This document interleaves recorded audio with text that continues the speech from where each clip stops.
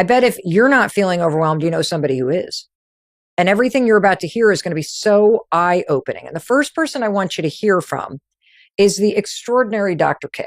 Now, Dr. K is a Harvard-trained psychiatrist who specializes in modern mental health. He's appeared on the Mel Robbins podcast twice. And every time, everybody just goes bananas over Dr. K.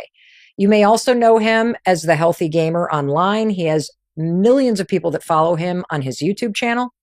And so I reached out to Dr. K. He just has a way with words. And I said, hey, Dr. K, could you describe the difference between stress and overwhelm?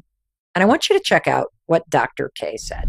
Hey, Mel, I'd love to help you make sense of overwhelm. Here's some stuff I'd love to share. When I deal with patients who are overwhelmed, they feel like life is coming at them way too fast. I have to deal with this over here, and then my boss wants this, and my kid wants this, and then this person is sick, and I need to do some back to school shopping. So life is coming at you and you feel completely out of control.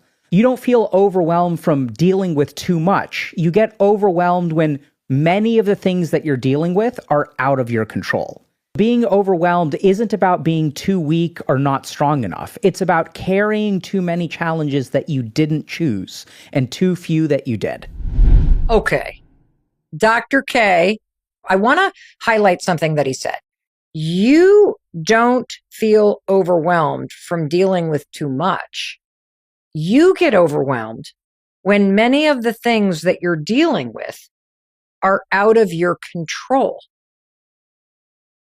Just stop and think about that.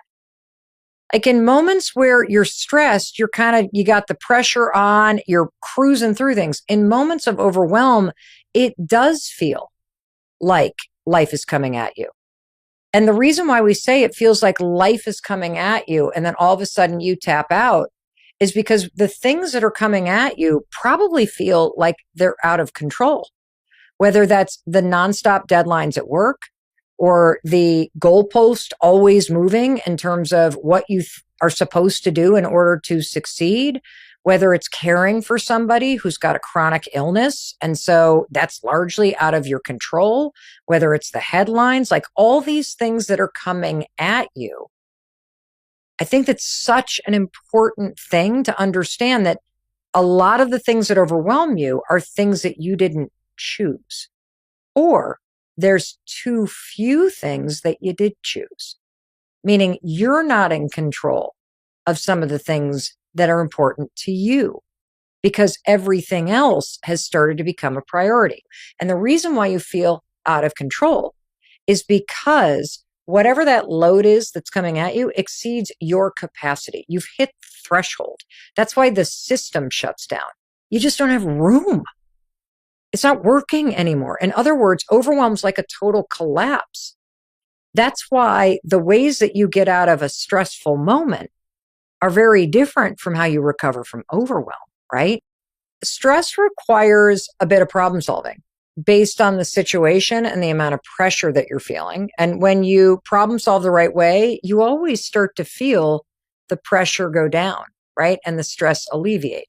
Overwhelm is completely different because you've hit this threshold and you really need to do a reset. That's why the steps that we're going to go through today really matter, because it's not about problem solving.